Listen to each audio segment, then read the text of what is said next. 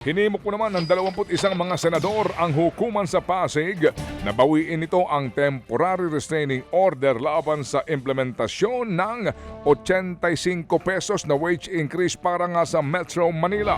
Babala ng mga senador, posibleng makaapekto ang kaso sa kasalukuyan pong proseso ng pagtatakda ng sahod sa bansa at makaantala sa mga susunod pang aumento po sa sweldo.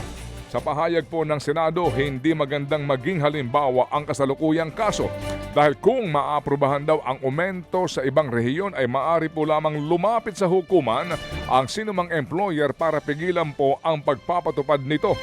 Ayon pa sa mga senador, dapat daw ay hayahan ng hukuman na gumulong ang proseso sa pagtatakda ng sahod na nakasaad sa batas. Sa ilalim po ng Labor Code, hindi maaaring mag-issue ang mga hukuman ng kaukulang injunction o TRO laban sa proseso at desisyon ng National Wages and Productivity Commission. Naghain naman po ang isang grupo ng mga manggagawa ng mosyon para hilingin sa Korte sa Navotas na ibasura ang panibagong petisyon laban po sa wage hike sa Metro Manila. Sa urgent motion to intervene ng Trade Union Congress of the Philippines, siniling po ng grupo ang agarang dismissal ng petition ng Alliance of the Philippine Fishing Federations. Kinwestiyon ng grupo kung bakit may panibagong petisyong inihain kaugnay po ng wage order kahit hindi pa nare-resolba ang naunang petisyon na inihain sa Korte sa Pasig.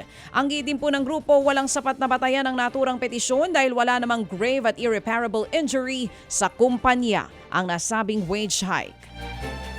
Para may something samantala pa rin makakakuha po naman na mas mataas na diskwento sa produktong petrolyo ang mga tsuper at operators ng pampublikong transportasyon. Ayon po kay Executive Secretary Ralph Recto, akit po sa 12 pesos per liter ang fuel discount simula daw August 15. Ito nga po'y mas mataas ng 2 piso kumpara sa kasalukuyang pong 10 piso per liter.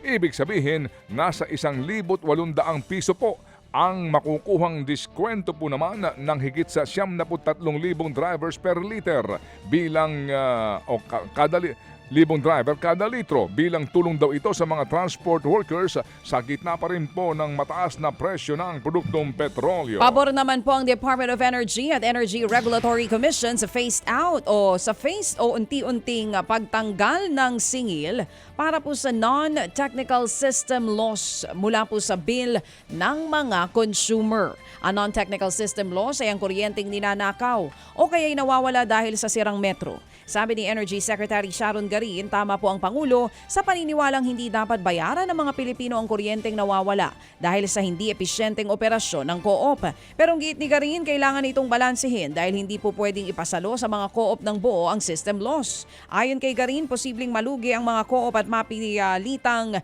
itigil ang serbisyo na magre-resulta naman sa kawalan ng kuryente sa isang lugar. Bumagal po daw ang inflation o antas po ng pagtaas ng presyo ng bilihin sa ikatlong sunod na buwan nitong buwan ng Hulyo. Sa datos nga po ng Philippine Statistics Authority o PSA, nasa 6.2% ang inflation noong nagdaang buwan.